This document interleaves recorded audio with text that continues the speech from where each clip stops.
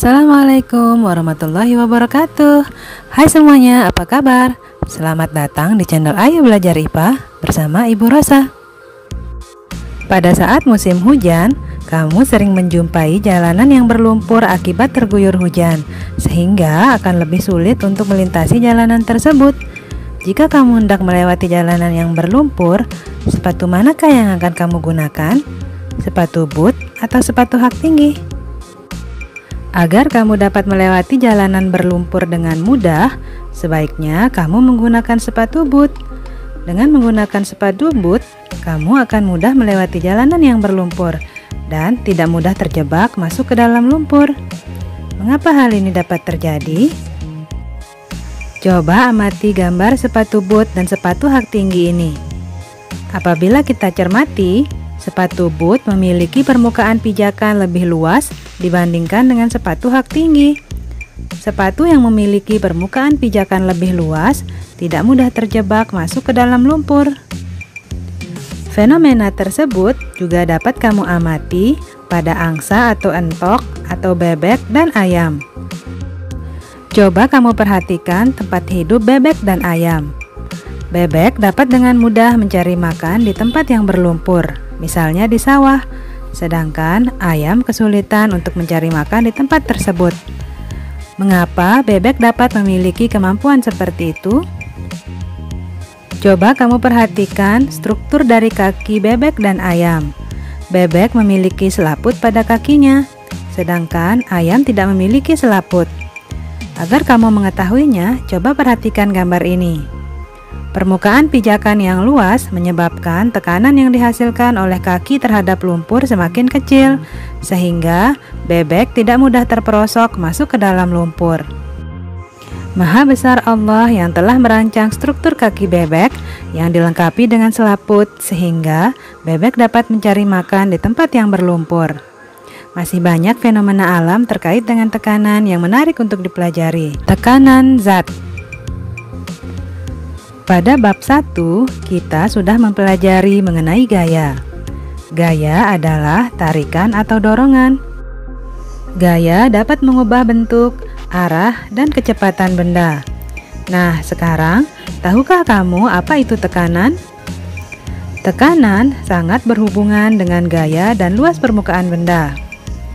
Tekanan dapat terjadi baik pada zat padat, zat cair, maupun gas. Tekanan zat padat.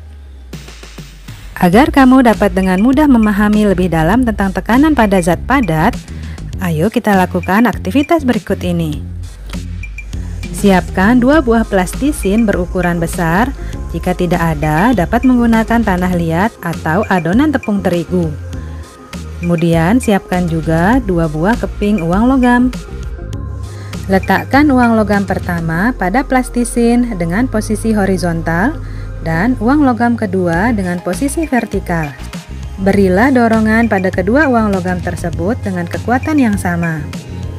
Selanjutnya, ambil kedua uang logam tersebut dari plastisin, kemudian amati kedalaman bekas uang logam itu.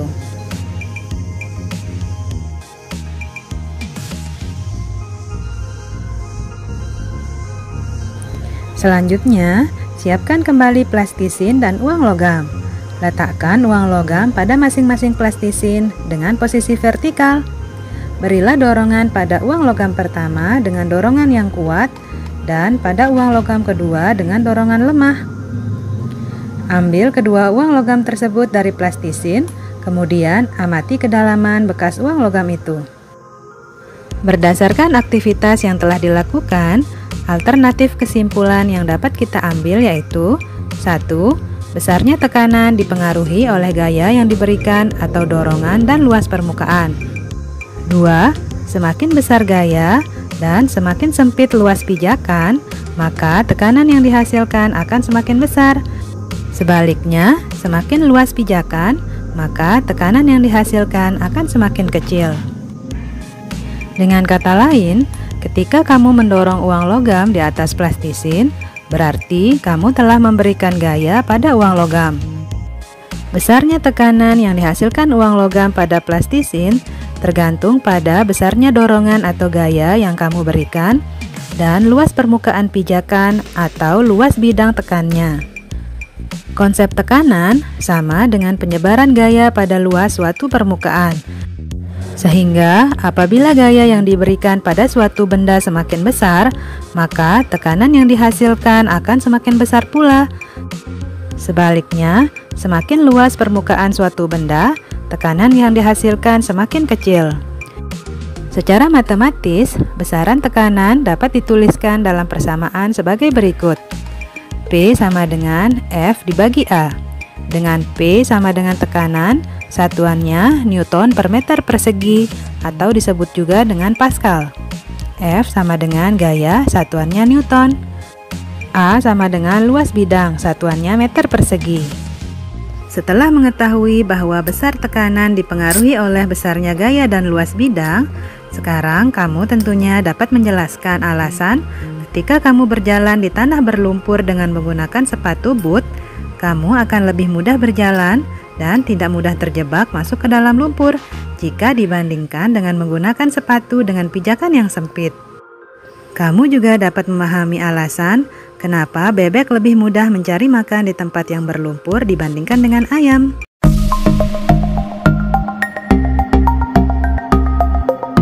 Sampai jumpa lagi. Assalamualaikum warahmatullahi wabarakatuh.